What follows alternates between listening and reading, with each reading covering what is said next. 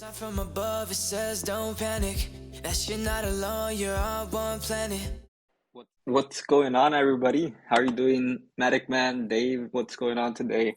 Hey, Edwin, man, great to be in the space. Hope you're having a good weekend. Yeah, I'm doing good so far. We later on tonight after the space, I'm gonna go out with my mom and my sisters. We have a park here that has like a light show during the Christmas and New Year's holidays. And today is the last day. They're gonna shut it down after tonight, so we're gonna go and spend some time there and just hang out. So definitely excited to do that this weekend. Edwin, one of the great things about being an American living in China is like I can celebrate our American New Year's and I can set these resolutions or make resolutions. And then if I'm not doing well, just a few weeks later, I can do the Chinese New Year and kind of start all over. We just celebrated the Lunar New Year on a Saturday night. So, dumplings, and it's the year of the rabbit and all of that. So, pretty exciting time. Yeah, definitely. I mean, yeah, I feel like you have a lot going on, right? Because you have your American family, right? You're from the US, but then you're also celebrating the Lunar New Year that's going on right now. So you have a lot to celebrate.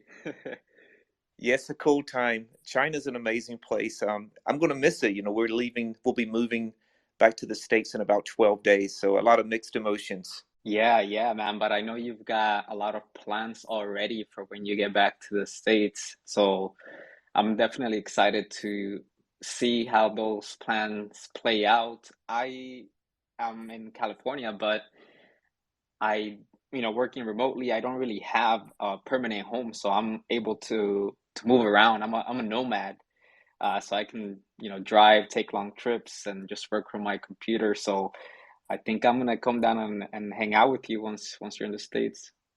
Man, let's do that. And Dave, maybe you won't understand. Just say you will, because you're a football fan, but not real football. You're a fan of the football they play with their feet, but I'm a fan of real football. I have to learn to call it American. No.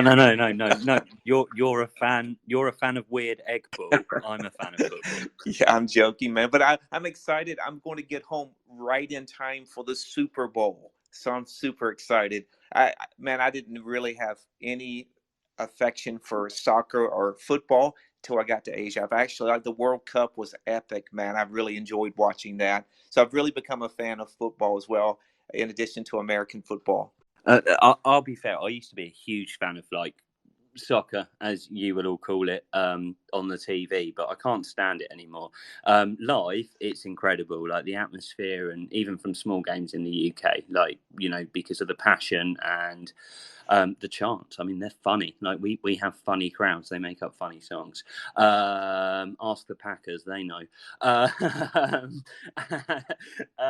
Yeah. So other than that, just quickly, it's been a really good weekend, guys. The Polygon Showcase has been awesome, and it's given us an opportunity to show everyone that's been shouting that there's no community on Polygon that there's a huge community on Polygon if they're just willing to open their eyes, including around OnePlanet. So just really excited this weekend that we get the opportunity to kind of show off a little bit, and always a pleasure to be here and to meet new people and to support the journey from Terra to Polygon. So thank you. So yeah, I'm actually a little bit curious about the Polygon Showcase. What was that experience like? I did not get a chance to participate there. I'll let MATIC Man tell you, because I've been to like every one and been part of them from the beginning. Like, this is the 5th event. We work very closely with Spatial on it. It's hosted by My Creative Owls. But I'll let the MATIC Man tell you what it's like. Guys, if you weren't able to experience it, you really missed out. My Creative Owls is so talented, and we actually, with our crypto project, Crypto Crew, we actually have a spatial environment, but they had the most incredible spatial environment I've ever seen, and the time it took to set that up had to be astronomical, but it was very well run. It was very encouraging. I see the Polygon punks in here. They were there, of course. Dave, a lot of people from Polygon Alliance were there. It was just I wasn't able to attend today, but I was in for most of the day yesterday. Edwin, I've said in a tweet, I'm spatially challenged. I wasn't able to use my phone, and so I was having to use my laptop, and it's more difficult on your laptop. And so when it's time for me to speak, when I got up to the stage, I couldn't get turned around. So I had when I'm speaking with my avatar, I have my back to the audience. So yeah, and finally my creative owls had some mercy on me and told me how to get turned around. But yeah, it was amazing. Dave's right. Uh, we do have a great NFT community, and Dave is as in touch with the wider NFT community. I was in a space a couple of weeks ago, and they said, I've been working on the other side of the Polygon community, and sadly, that it has been that case. There's been like siloed communities, but it seems like they're all coming together. Edwin, just to wrap it all up, the NFT Polygon showcase on Spatial was absolutely epic. It was great. I hope it'll continue to grow. Yeah, that's great to hear. And I think that kind of event is important to continue to explore as builders and as community members, right? Because with NFTs being a digital asset, one of the advantages is that, right? That we can digitally attend a show and explore the different NFTs that exist. And that creates a stickier uh, community engagement event, right? Rather than just thinking about spending time on Discord or even figuring out how to set up in real life events. I think having something like spatial, I think can just provide different ways to host events in a way that can bring people together, right? So yeah, I think it's great. I think we definitely have to get in touch with the Creative Owls team and see how we can put more of the projects that are in the OnePlanet marketplace in there and have a show for them as well. I think that would be fun to explore. With Check Discord, Edwin. Yeah, I just saw your message. Thank you, Dave. I appreciate that. Cool. Well, we have Arlene here who will be representing Sifer Wars. How are you doing today, Arlene? Hey guys, really glad to be here. I have pinged B-Dub and the community, but he said something about going out for Chinese New Year yesterday, so he might have a bit of a hangover. I don't know, but please, I will answer everybody's questions and comments as best I can. We're all gearing up here. Starting to feel the butterflies. So hopefully we'll have a couple of things for you to really gear up for the last sprint. But yeah, so let's have a good chat. Let's do it. Let's do it. Cool. Well, for the listeners here that are here for the first time, our goal with this Twitter space called From Idea to Launchpad is to get to know the projects that will be launching with OnePlanet. And next up on the 26th, it's going to be Sifer Wars, and they have a really cool project with a trading card component that I'm super excited about. I want to get a hold of some of those cards and use them, trade them, and the lore that's behind it is super interesting as well. So we have Arlene here who's going to be representing Cypher Wars, and Dave, who is our super host for this Twitter space. We love having him kind of lead the way and just use his skills in interviewing project builders to help us learn more about the projects. So Dave, I'll let you take it away. Thank you very much. First of all, guys, if we could get some retweets on the room, that'd massively help Sifer Wars get some visibility on their launch that's coming up on OnePlanet. Arlene, it's a pleasure to. I know we've spoken briefly before, but it's a pleasure to have a much more proper conversation, maybe.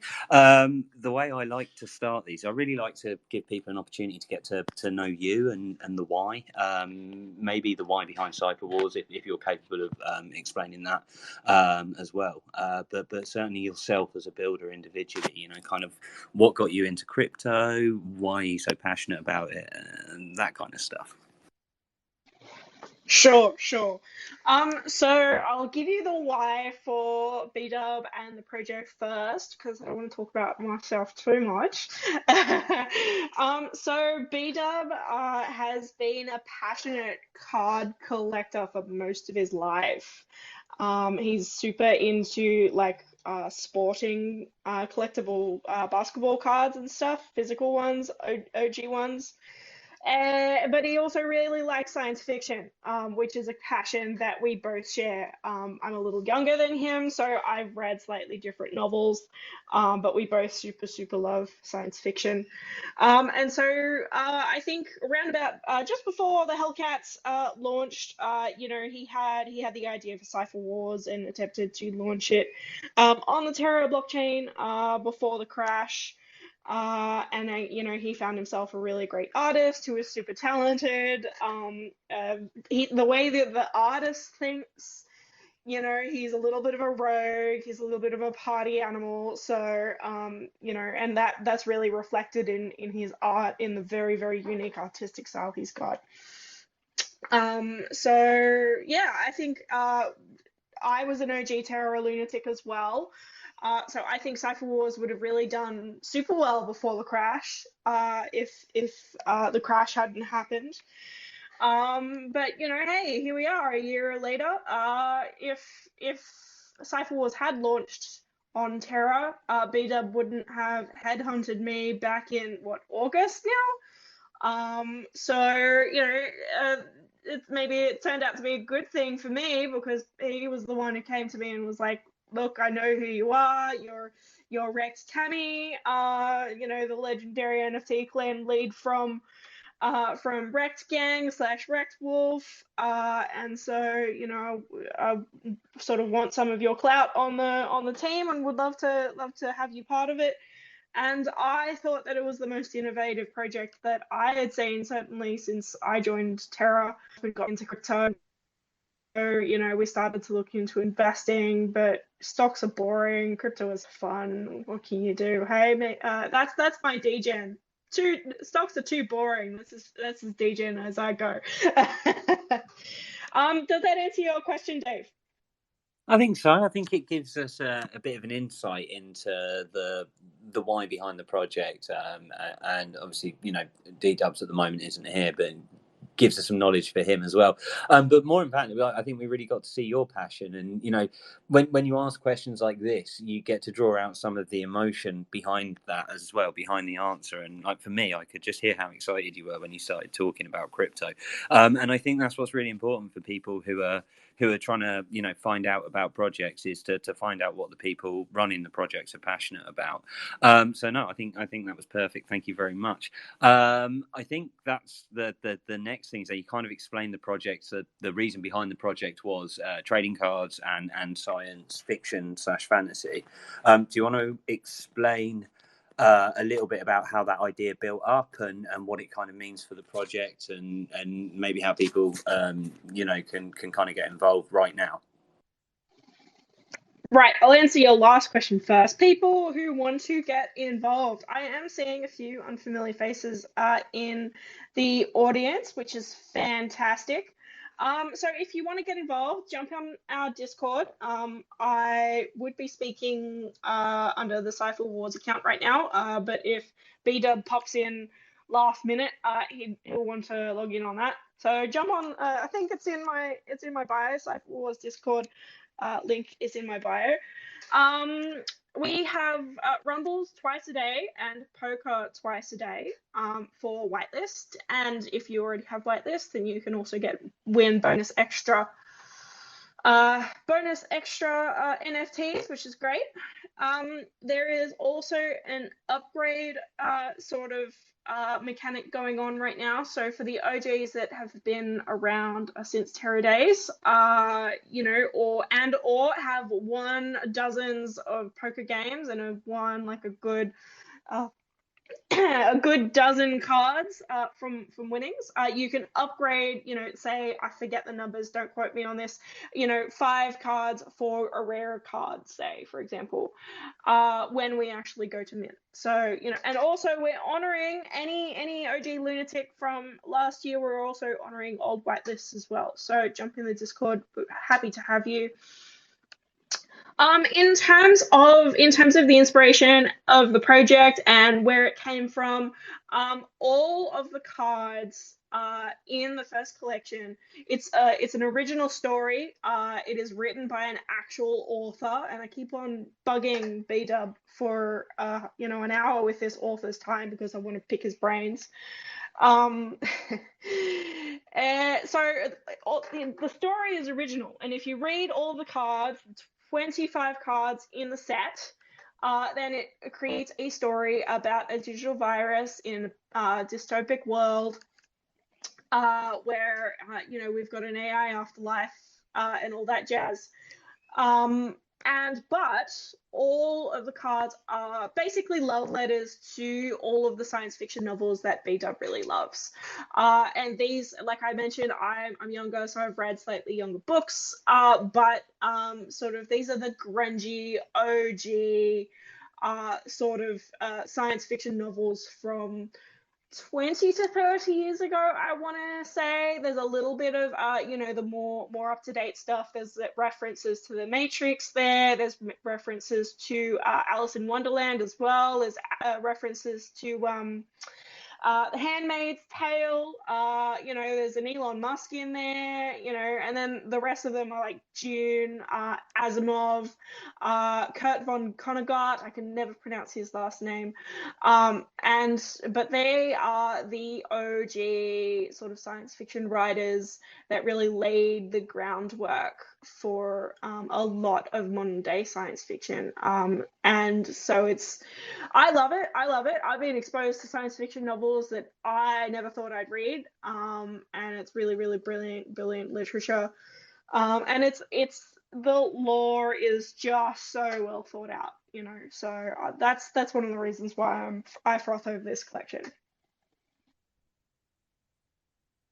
No, thank you very much. I mean, I don't know how much newer science fiction I've read. I read a lot more fantasy rather than fiction. I preferred magic to robots, I suppose. But Isaac Asimov is someone I read, and something that sticks strong. And I think just for anyone in this space right now, it's kind of a really interesting philosophical take on where robotics and AI could go and what it could look like, and it's worth a bit of anyone's time. So no, that's massive, Arlene, and thank you for sharing all of that.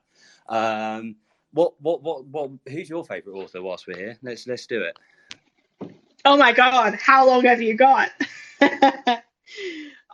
Probably. So I was one of those crazy bookworms in high school and primary school, reading literature way above my age. So I was reading 600-page tomes when I was about 9.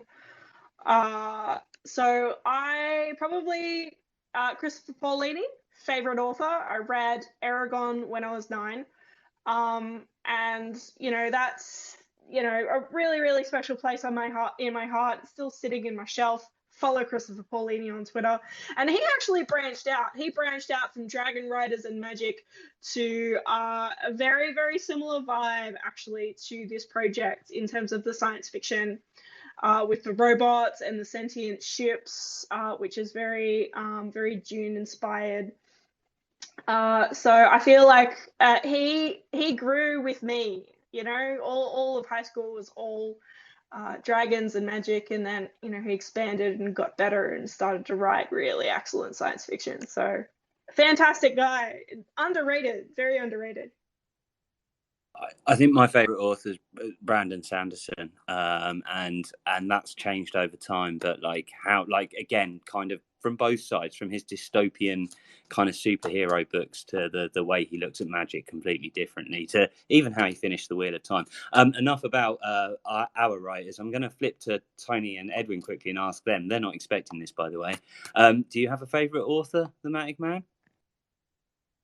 I'm like Arlene. I have a lot of different authors I like, and I have a lot of different genres. I like science fiction, but it's not my go-to. So, yeah, I'm more of a like I like reading about leadership. I like reading, about. Of course, I'm a big sports fan. Those type things. Yeah, biographies and autobiographies are also kind of high on my list, and I've got recently into modern philosophy. Oh, I'm not going to talk. Edwin, who's your favourite author? To be honest with you, I don't read, man. Books at least. I read like newsletters and tweets.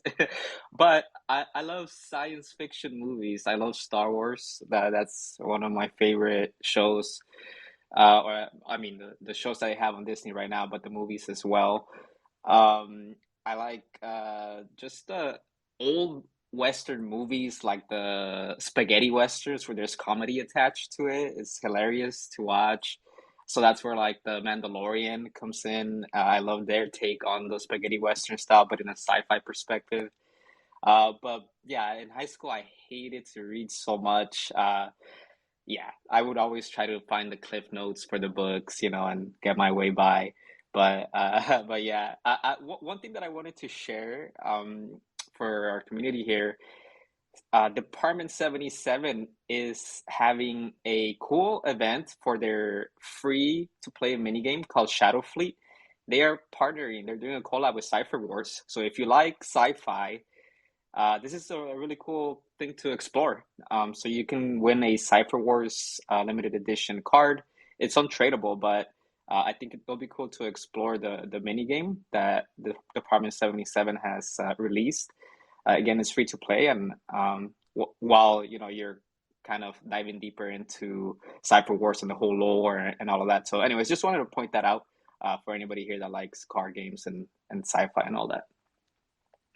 Yeah, Dave, I don't want you guys to think I'm like super boring. That's why I didn't want to give any names. You may not even know some of the names you would know. I do like reading about leadership and things like that. I don't know. Are you familiar with Simon? I don't know if I pronounced his last name correctly. Simon Sinek or Sinek.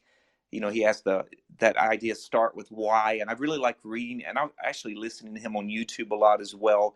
There's a guy named Patrick Lencioni. He talks about team a lot, like the 5 dysfunctions of a team, and a lot of like Jim Collins from Good to Great. I know that sounds boring, but I like reading that type of material. It helps to, I think, try to make me a better person. Yeah, I think I would like reading with that more of that type of book if I hadn't have worked with so many people in management positions in my career. We should get back to Sifer Wars. I have put the tweet up from Department 77 showing that Shadow Fleet challenge at the top if anyone wants to check that out. The tweet before is Sifer Wars tweet just explaining when they're going to be minting on OnePlanet as well. And I think it's probably... well, maybe we should talk about how people can use the trading cards before we get into mint details, because there's stuff already out there. There's 25 characters, as Arlene explained. How do people interact with them, and how do they use them, Arlene? Right. So the idea of using the trading cards basically is to gamble with them, in effect. So basically, the idea is that each card has several ranks on it. And don't quote me on numbers. I think it's 9 ranks per card. And so basically, if you wanted to gamble on the outcome of a poker game, say, you could say, I want to gamble 3 ranks on my card on this person winning. And then the once that game is done, you win, you get your rank, and then the other person has gambled with you as well, and you get their rank, and that's added to your card. So that increases the rarity of your card, and once you get sort of above 9 ranks, And that takes your card from, say, a common ranked card, to a a rare ranked card, and your art improves and so forth. So then you get the the legendary cards they have the audio, and they have a really beautiful animation, and it's just stunning. It's absolutely stunning. So that's how you use it. So basically, any gaming related projects, I'm trying to establish proper long-term relationships with, because then we'll be able to do events galore, and have people using the cards. Does that answer your question? I think it gives an overview to people, but I think we need to dig into some detail, if that's all right. So let's say people are playing poker, and this is the poker tournament that you host, or one of the poker tournaments you host daily. Let's run on this as an example, so just so I can get my head around it. When you're putting ranks, so each card's got X amount of ranks. Like you said, 7, I think, maybe 9. Sorry, but you would, if you were at the top rank and you gambled 3 ranks, like what's there to win for you? For example, like where's the cut off, and like is there a minimum? Can you be taken down to a completely base level rank, or even worse, if that makes sense? And then what happens to the value of the cards afterwards? Is there another way they can be used? Yeah. So if your card is, say, a common ranked card, and you lose all the ranks on your card, then your card gets burnt. So if you gamble on something, and you've got 3 ranks left on your card, and you lose that, and the other person gets the 3 ranks on your card, then your card gets burnt. So that leads to a deflationary mechanic there for the card collection, and also leads to interesting game theory stuff as well, because if everybody wants to rank their cards up to the legendary status, because they want the pretty animation and so forth, then actually will common cards become rarer than the legendary cards, say, and then you can have all sorts of fun with that, especially since this isn't the only collection. We're going to do chapters to the story. This is chapter 1, so should lead to some interesting mechanics. I mean, it already does for me. There's a real kind of, not only is there sort of tactics in how you degen in regards to the levels, because that's what it is really, isn't it? It's just sort of degening to a massive risk reward kind of feature in trying to push that card. And I suppose you can protect yourself against that risk. There's mechanics that you can do. And the gambling's all essentially gambling. Saying gambling, be careful what we say, I suppose. But when you're making these predictions on outcomes, is that all like this? It's all based on real life events, like one-on-one poker games, heads up, or some of the other events that you're doing, like the rumbles in Discord or whatever it happens to be. Is it all based on real life events that people are picking outcomes on? Yeah, pretty much. I mean, you can. We're looking at building like an interface, so you can do some basic games like tic-tac-toe or chess or whatever, and then gamble on the outcomes of those, or predict the outcome of those. So we're looking at different opportunities in that space, trying to figure out the most optimum opportunities there. So watch this space. It's going to be exciting. I'm just going to throw an idea at you that might maybe help engagement. Who knows? But how about an under/over tweet retweet predictor on the main accounts tweets and stuff like that? Could be quite an interesting way to get people playing with the main account. But I mean, I really like it, and I think there's so many options, and that's just one that springs to mind in terms of how you can encourage engagement with what you've already got going on over there. Really, really exciting. And like you say, how, like, with the other projects and looking to, before we move on to sort of mint details. And by the way, guys, anyone listening, if you've got any questions, we'll have an open floor before we close out. We're here for about another 30 minutes. Again, any retweets are always massively appreciated. We're here to hear about Sifer Wars, their trading game, their upcoming mint details.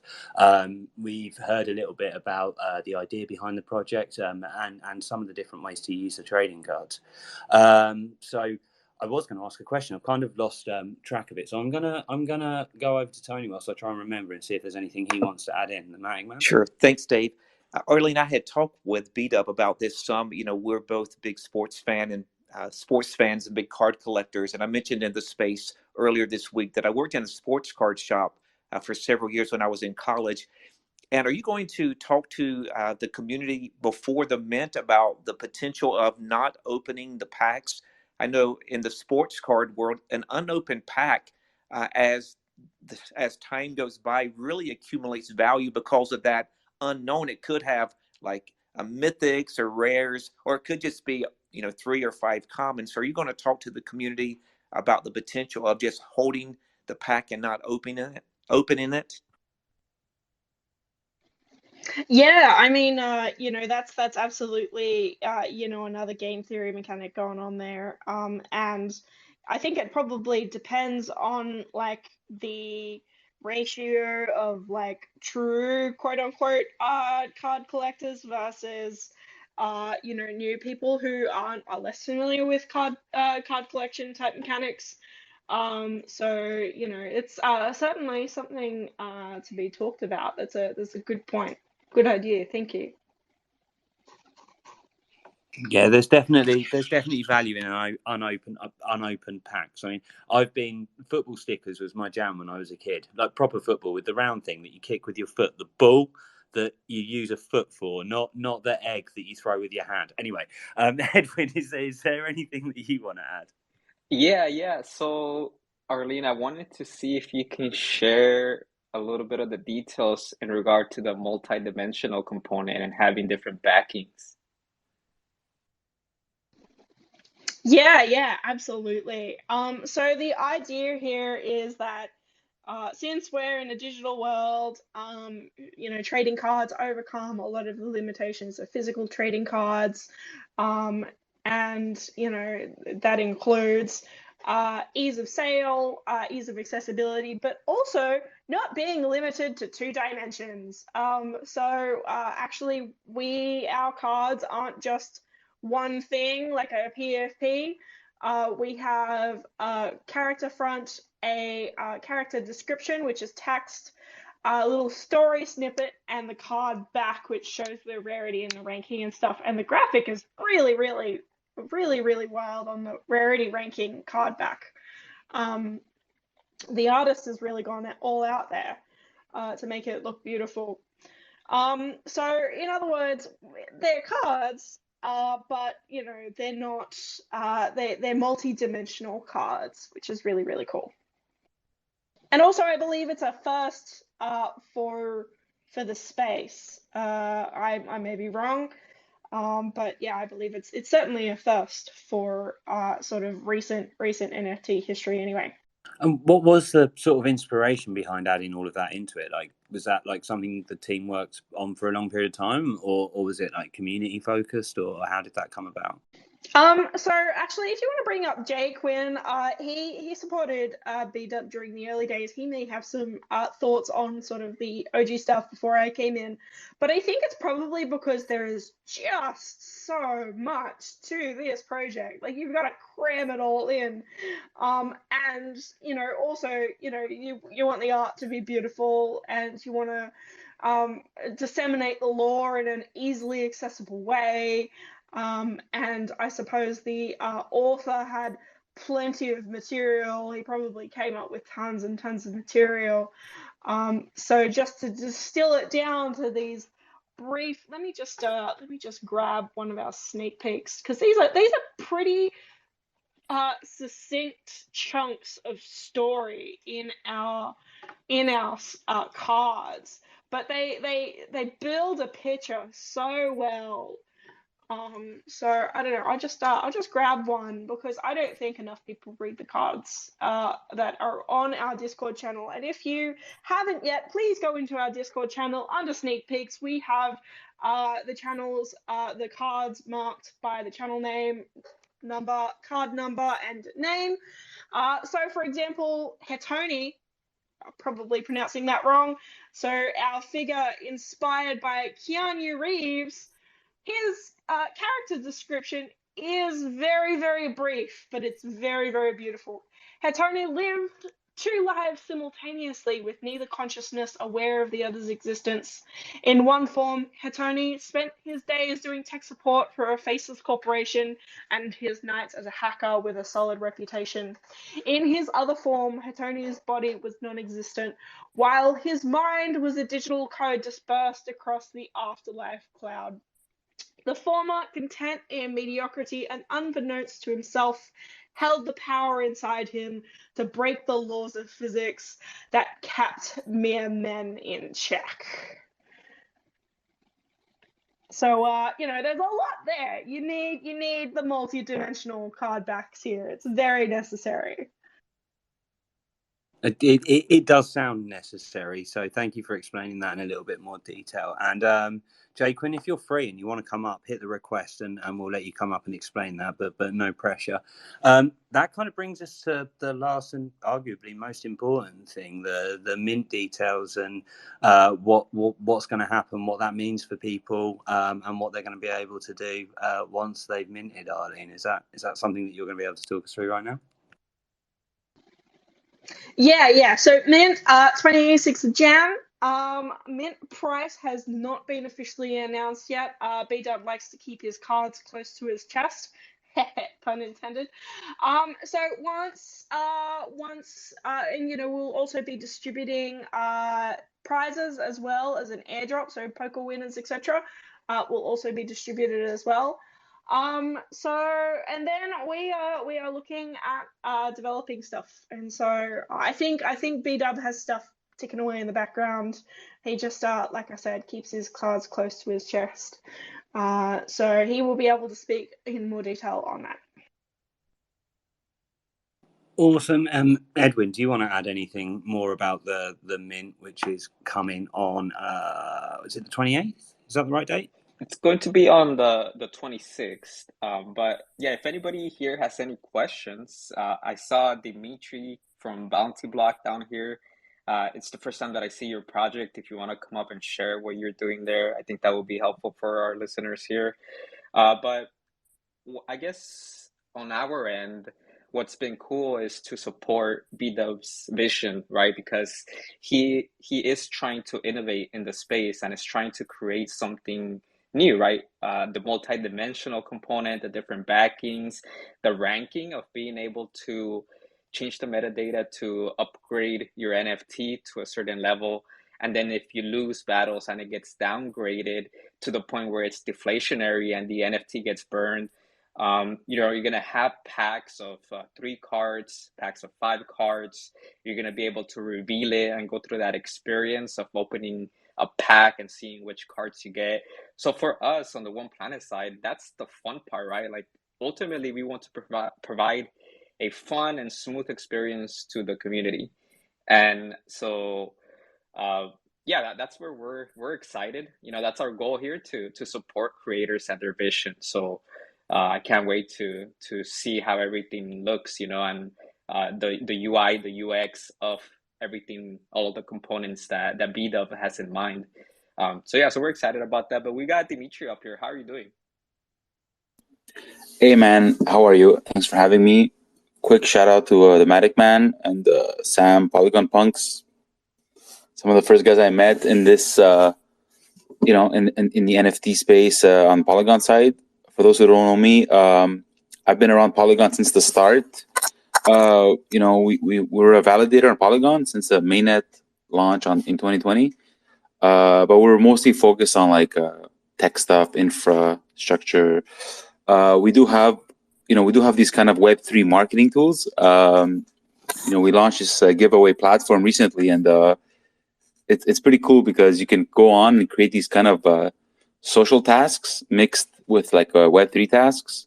Like for example, follow us on Twitter, retweet this tweet, all the stuff, Twitch, Discord, plus hold this NFT, complete a set, burn these NFTs, on-chain actions, we integrate with smart contracts and everything. It's a platform for the ecosystem, free to use. It's for the Polygon ecosystem, for them, for marketing teams, games, artists, etc.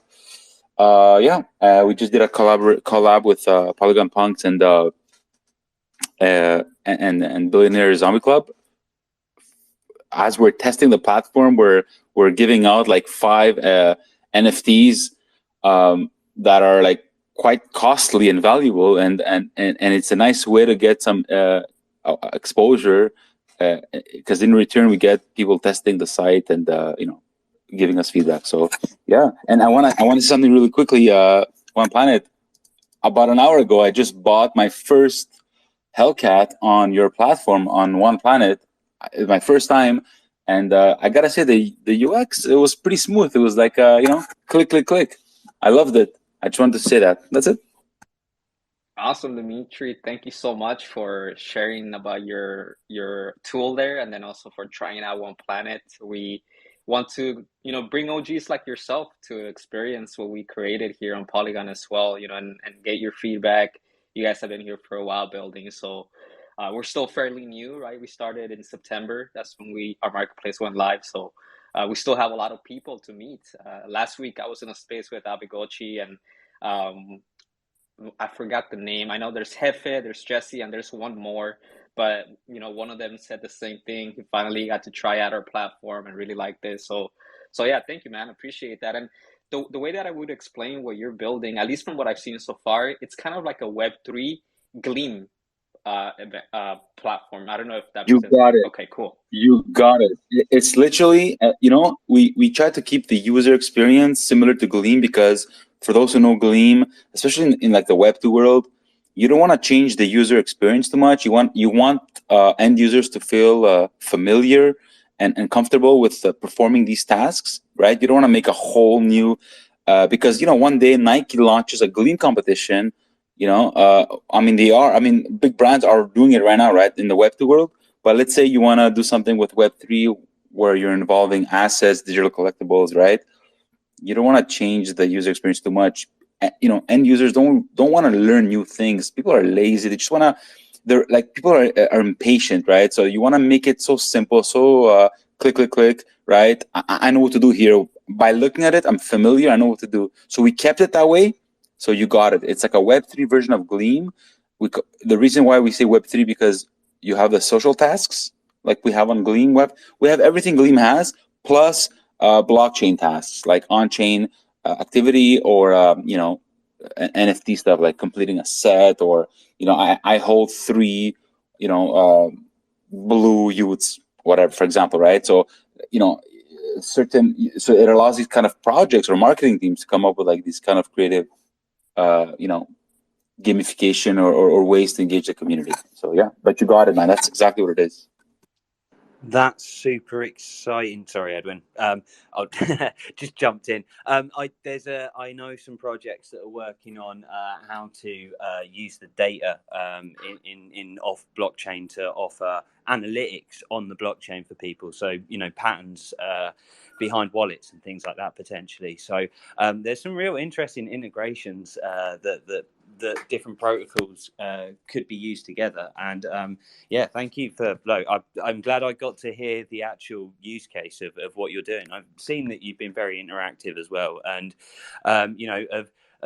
there's been a few Utes PFPs that have definitively interacted with the Polygon community that's already here, and you're one of them. So thank you very much for that.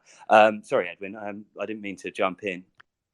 I don't know. That was good. I think just one thing that I wanted to just mention is the MarTech, as they're calling it, right? This is a new term that I just heard a couple of months ago. But marketing technology that's being built specifically to make it easier for Web3, but just easier in general to track, right, where the engagement is happening, and to create some gamification around you know, different things that we want our community to experience, right? So like what you're making here with your project, I think it's just something new that we're starting to see more of. Like another one that I can mention is Unjumble, right? I don't know if you guys have tried it, but Unjumble, the idea is that you pick which project you want to get the feed from. So, for example, Department 77, I want to get their daily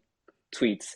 OnePlanet, I want to get their daily tweets. So I choose, and then I get a daily email with only their tweets. And so it's a curation of what you want to hear and get away from all the noise, right? So just a couple of, things that I wanted to mention about the idea around MarTech. But go ahead, Dimitri. Yeah, that's a good point. So a couple of things. I know that team on Jumble. I met them last week. I gotta say that idea is amazing because it's true, right? Like Twitter is very cluttered. I can't I don't have a lot of followers, right? I'm very small and I can't keep up. I really can't keep up. Our company, Bonnie Blog, has almost 10,000 followers, and that's even worse. Like, so you can imagine. So like when I want to check information or want to consume some feed, there's no way right now. Like, I mean, it's very difficult. You can create circles or groups, but it's not. So these guys on Jumble, I met the team, and they're based in Australia, and it's basically literally like pick the topics you're interested in. So I want to look at Animoca brands and a few games, right? And then boom, every day or two I get a digested version of what happened on Twitter those days, and it's a nice little summary, quite lean, in an email. And that's just the beginning, and they're doing more things like with groups and categories, and we're gonna add some gamification elements. Anyway, amazing team, really cool. But the other thing I wanted to mention, the first thing you were talking about, when it comes to marketing and like new technology and stuff like that, just to give an idea, like even in our tool, like on Gleam or even on our tool, like when you have a giveaway and you want users to tweet this tweet, right? And it's like a marketing message, like, hey guys, like hashtag enter here to win, blah, blah, blah, all that stuff, right? Everybody's tweeting the same thing. It's the same message. We're working with ChatGPT and OpenAI. OpenAI, they have APIs available, and we actually integrated it, and it's like still in testing. But the idea is, you know what? Tweet this tweet, but every end user that's performing this kind of like, like Twitter marketing message, that the actual tweet itself is different. It's generated on the fly through OpenAI technology, and you're basically saying the same thing, but it's a different tweet, if that makes sense. And it's like it's pretty accurate. We've been testing it, and it's pretty impressive. And it's a nice, there's a billion use cases with OpenAI, but it's a nice case. It's a nice use case in the marketing side of things when you want to, project a message or, announce something, and you want your community to, help you announce it, but they're not all spamming the same thing, right? It's actually differently generated through AI. So I wanted to throw that out there. Yeah. Loads of fascinating stuff, and we could stop there for ages, I'm sure, Dimitri. But there is a question in the chat for Arlene and Sifer Wars. If you have a question, you can't come up and speak. We've got about 10 minutes left. Just do what Department 77 have done and drop your question in the chat. Department 77 want to know, are there any more whitelist opportunities for Sifer Wars before the Launchpad opens? Absolutely. So we are, as I mentioned, we are still running those rumbles and poker twice a day, every day for the past, gosh, I don't even know how long. Our beautiful gaming people are very, very dedicated. Shout out to Astro Wolf, who runs our rumbles. So we are still handing out whitelists to those, and probably still partnerships coming through on Twitter as well. So those aren't starting till midday, people. So that's another 5 days of whitelist opportunities in the Discord? Is that 4 days? 4 days. I don't know what the days are anymore. January's just disappeared. 4 more days of whitelist opportunities in the Discord. Go play poker and rumbles. Absolutely. We're happy to have you. Excited to have you. Yeah, and keep. Oh, sorry, Edwin. I was just gonna say that I've been going in and hanging out with the community a little bit, and Jay Quinn has been welcoming me with some good memes, and we have these battles with some GIF files. So it's a cool environment if anybody wants to go and hang out with the squad there with Sifer Wars. Yeah, and any tweets of Sifer Wars announcement of the launch date, I'm sure they'd appreciate that. Arlene, I want to give you an opportunity. If there's anything you think we've missed, anything else that you'd like to add, or anything like that. I think we've covered off the most important bits. As always, DMs are open if anyone still needs clarity on anything. Especially if you're shy or whatever. But yeah, I feel like we've covered off the most important bits. Sure, I'm going to give you one more chance because we've not got any questions and we've got 5 minutes. So you'd actually be helping me out if you've got something else to add. Well, I could read out another card if you guys want. That'd be cool. I'm game. We do have a request, but I'm game for another card. I think we've got time for that. Okie dokie. Let me pick one, just real quick. Which one are we gonna do?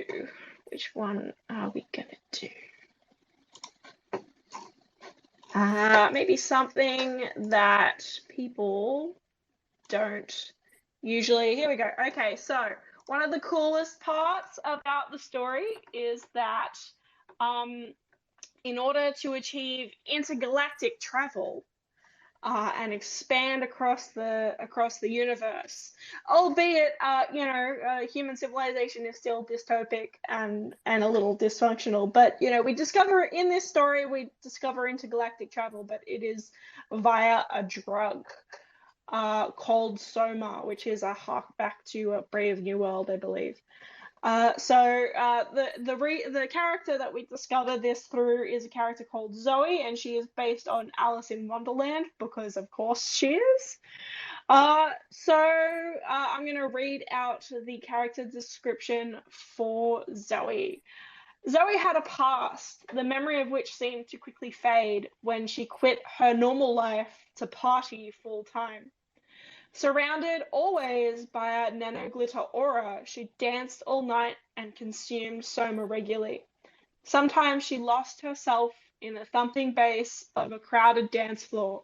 Sometimes she wandered away from everyone, appearing from the outside to be lost while she gorged on what she felt sure was a secret source of wisdom. And the story excerpt then describes her being transported literally to outer space with Soma. Rainbow Serpent Festival, Earth. In the distance, a thick bass line undulated and people danced. After a massive dose of Soma, even for her, Zoe had drifted away from the party and climbed a tree. She pressed her face to its trunk and opened her eyes to study the drug-enhanced patterns in the tree bark. The patterns pulled Zoe in, deeper and deeper, until she found herself in its molecules, within its atoms. Then she was in space. But not space as it was usually described. The space she was in wasn't big and dead. It was alive, and Zoe was alive in it, feeling like she'd been transported to all of its infinite points at once. Is Zoe your favourite character? Zoe is absolutely my favourite character. You can tell. You can tell by how you read the story compared to the last story.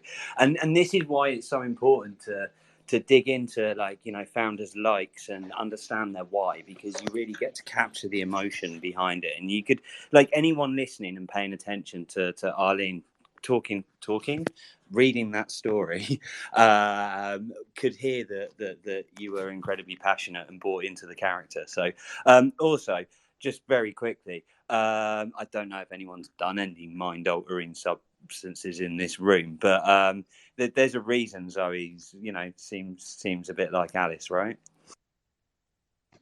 Yes, absolutely. That was very deliberate reference, and I think a very clever reference as well.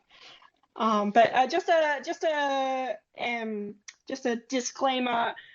We do have someone who is better than me reading out the stories for the audiobook equivalent of our cards, which will be coming with our mint, I believe. Just gonna throw. I know it's great that you've got someone fantastic, someone that you're confident with narrating or reading the cards. But there are a lot of AI tools out there now as well, just for anyone else that might have something similar. Arlene, I'm going to send you the stories I've written for Goons. I'd love your feedback on them as someone who likes fantasy, science fiction, and it's. I'm always interested in feedback on how I can improve. This is kind of my first go at writing, so really excited to try and find out more about Sifer Wars and the story over there as well. I'm going to throw it over to Tony and Edwin, see if there's any questions from those guys. And then we'll close this down. Tony, have you got anything? Yeah, really no questions, Dave. Thank you as always for being here. You're a legend. And I'm just so excited. I mentioned on Wednesday, B-Dub has become just a good friend. I'm so excited for this project. Arlene, thank you for all you're doing for Sifer Wars. And I know OnePlanet's honored to be the launchpad for Sifer Wars, a very innovative project. We're just expecting this to be a blue chip project. So we're going to do everything we can this week to help you guys be successful. Thank you. Thanks for the support, mate. Oh, sorry, Arlene. No, that's all right. I just thank you as well. So thrilled to have been on this journey with you guys, even from the days of the migration. So it's been one hell of a year. So thank you both. And from my perspective, seeing you guys as a group come onto Polygon, from the Polygon side, it's been awesome to see the support, the togetherness, the community that's come together around the rebuild, coming back from the depths, if you like. And it's been awesome to see. And again, just proves the point that I made at the beginning. There is a definitive community on Polygon, and it's just been added to by OnePlanet and all of the projects that came with them. And they're just going to keep continuing building and adding to the community that so many people have worked so hard to build in the first place. And I'm really, really grateful to have the opportunity to be here supporting them and working with them and helping build that community feel on Polygon. So thank you very much, guys. It's been great tonight. I'm going to throw it over to Edwin to close us down. All right, everyone. Well, thanks for spending the last hour with us. It's been a pleasure to talk with the speakers here. Dimitri, thank you for jumping on here and being a speaker and sharing about your project. You're welcome to continue to join us on these spaces, man. We have one on Wednesdays called The Landing, and on Sundays we have the idea From Idea to Launchpad. Next week we'll have the Mutants collection, and they'll be having their launch on February 2nd with us. But yeah, man, keep joining. We would love to get more attention to your project as well. But yeah, so thanks everyone. Enjoy the rest of your day. Arlene, thanks so much for being here. I know B-Dub just shared the reason why he couldn't make it, but yeah, you guys can definitely join the Discord and talk to B-Dub and catch up with him. No worries. Yeah, I was just about to say that he just sent me a message and why. So yeah, there was a little bit of an emergency. He sends his apologies. Peace, guys. Thanks. Awesome. Thank you. Well, I just saw Ryan Carson join.